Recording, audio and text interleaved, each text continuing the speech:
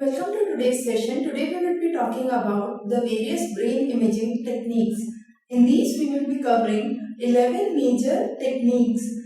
Besides these 11 major techniques, there are other techniques also which are used for brain imaging. Now, the first technique that we would be talking about is popularly known as EEG. We call it electroencephalography. So from the word itself we can find out wherever the word encephalo comes, that means it's dealing with brain. Graphy means to plot it on a graph, and electro means we are using various electrodes.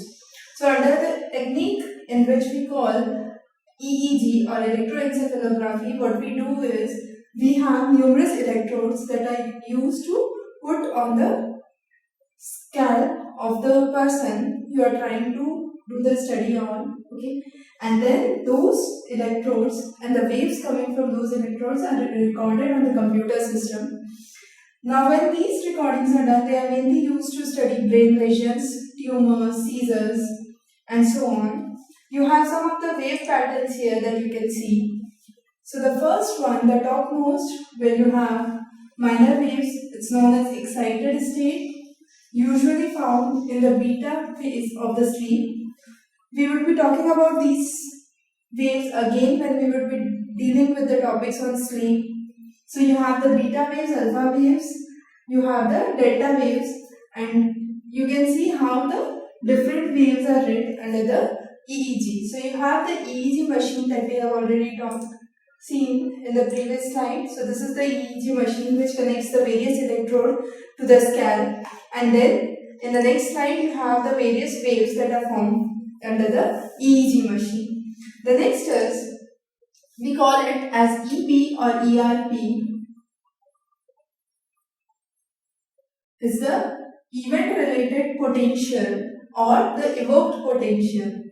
I can say it's an event related potential or an evoked potential. Now, before understanding what is EP or ERP, we must have a basic idea of PET and functional MRI. Now, these two techniques we would be studying under tomography, and these two techniques are used to study the various functional behaviors. Similarly, an ERP or EP is used to study the behavior or behavior evoked under a stimulus, but the main difference here is this technique particularly defines the time course. So when the stimulus was given and after 5 seconds, after 10 seconds, what would be the potential? So that is determined under ERP or EP. So the main important thing here is the ERPs determine the time course in contrast to PET and functional MRI, which mainly deal with localized region,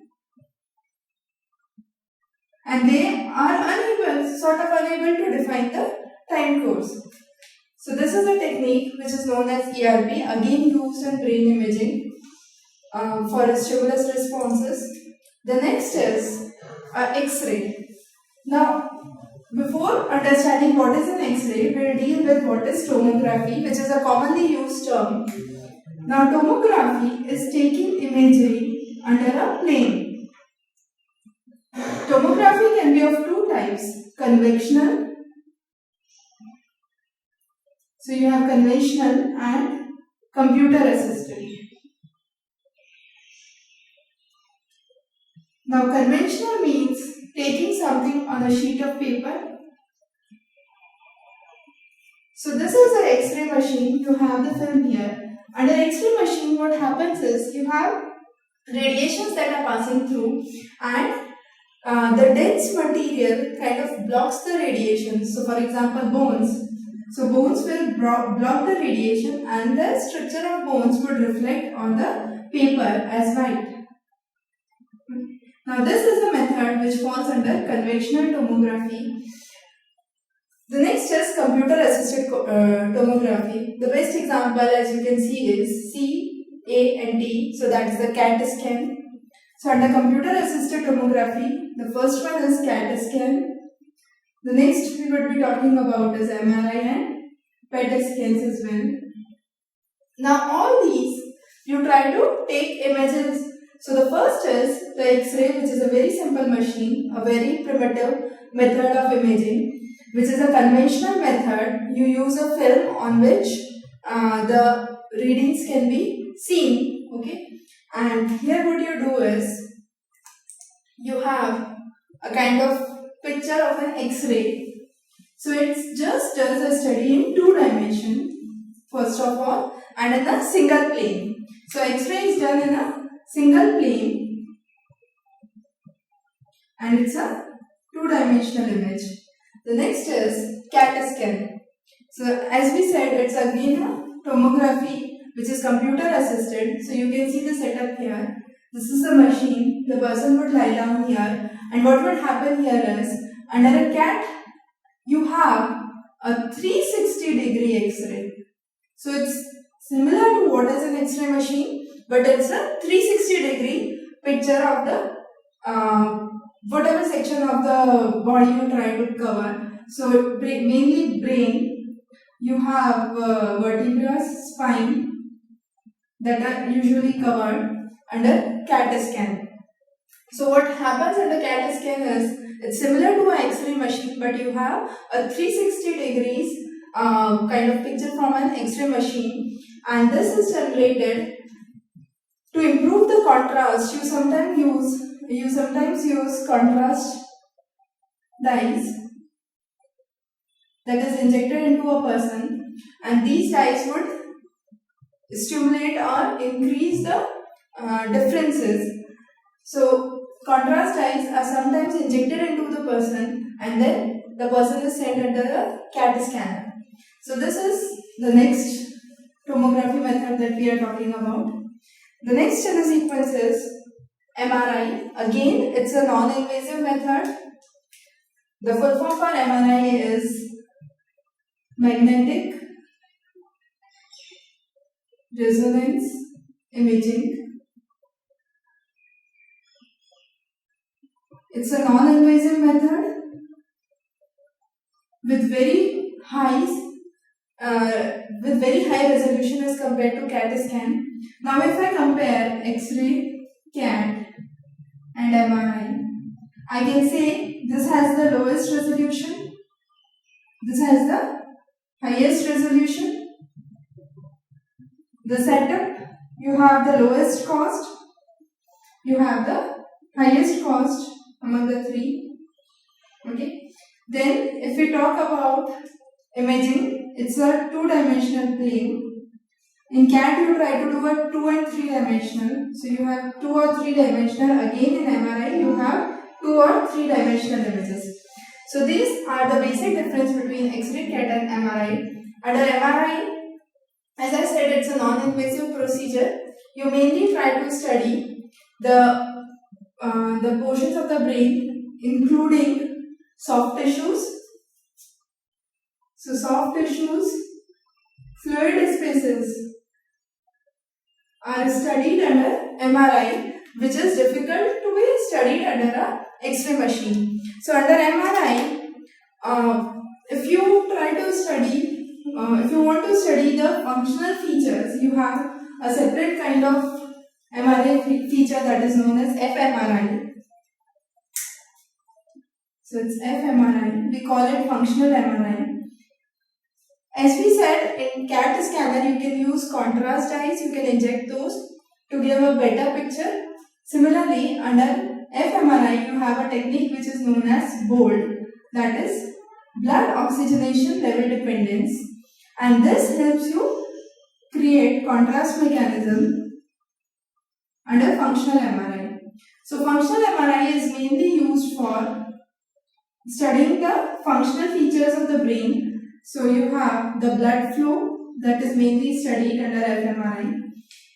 Now there is something interesting we must try to understand. Under functional MRI we try to study the blood flow in the brain. Similarly, under PET scan also we try to study the blood flow. Now if we are doing the same function, why is PET scan different from functional MRI? Now there are various parameters that we need to understand. Under functional MRI, a person minor movement can affect the MRI severely, while under PET scan, mild movements are ignored. So in that case, it's a kind of better equipment as compared to functional MRI. PET scan, however, has a lower resolution as compared to the functional MRI. It's much more costlier, so you have higher investment cost. And finally, PET scan requires a radioactive isotope, which a functional MRI does not require. Now let's understand what is the procedure under a PET scan. So this is a feature of a functional MRI as I introduced to you. Now under PET scan, most commonly it's used for Alzheimer's. So PET scan, what happens is you have a picture of a PET scan here. Now under PET scan, what happens is you have a radioactive isotope that is introduced into our body. When this radioactive isotope starts to decay, what happens is it releases positron. This positron collides with the electron and kind of annihilates or destroys it. When this gets destroyed, you have gamma rays which are released. So you have two gamma rays which are released in opposite direction, and these gamma rays are trapped under the PET scanner.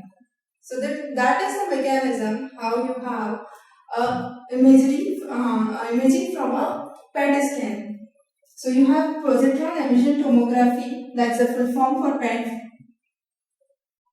Positron emission tomography. So as we studied here, we see how positron is released when a radioactive isotope decays, and therefore we call it positron emission. Now, as I previously mentioned, it's commonly used under Alzheimer's. This PET scan or functional MRI is also used to compare a resting stage and an active stage. So the active stage would have the highest flow of oxygen in the blood. Okay. So as a result, you can compare an active stage with a very high level of oxygen in the blood in contrast to a resting stage or a sleeping stage, I can say, where the blood flow, the oxygen level in blood will be low. Okay. So that is the next method that we have talked about, that's the PET scan. Now these were some of the very fundamental or the very basic imaging techniques that we usually talk about. Now we would be talking about few other imaging techniques that are rarely heard of but are important in case of psychology. So we will be just touching those 4 other imaging techniques. The first is MRS. You call it magnetic resonance spectroscopy. Now previously we were talking about tomography. Now we are talking about spectroscopy. So spectroscopy, what happens is you have an interaction of metal and the electromagnetic radiations. So under magnetic resonance spectroscopy, you try to use magnetic resonance, and what happens is it basically tries to capture the chemical in the body. The next method or the next technique is DBS. We call it deep brain stimulation. Under DBS technique, what happens is you have electrodes that are inserted or put into the brain, and those electrodes are stimulated externally. So you have electrodes that are put internally and they are stimulated externally, most commonly used for Parkinson's. So Parkinson's disease is most commonly, you have DBS. As we said, under Alzheimer's you most commonly use PET scans. The next is MEG. So we talked about EEG, that is electroencephalography. So here it is magnetoencephalography. Again, encephalo means brain, graphy means the study or plot, and magneto. So from, as the name clarifies, you are using magnetic field to study the brain structures. It's mainly used for sensory and motor studies of the brain. Last is NIRS, that is near infrared spectroscopy. So you have near infrared spectroscopy.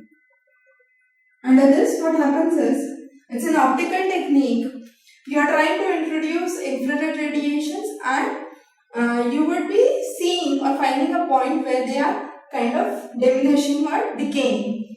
So that point would help you understand how much, what is the exact blood flow level or the blood oxygenation level, again used for blood oxygenation studies.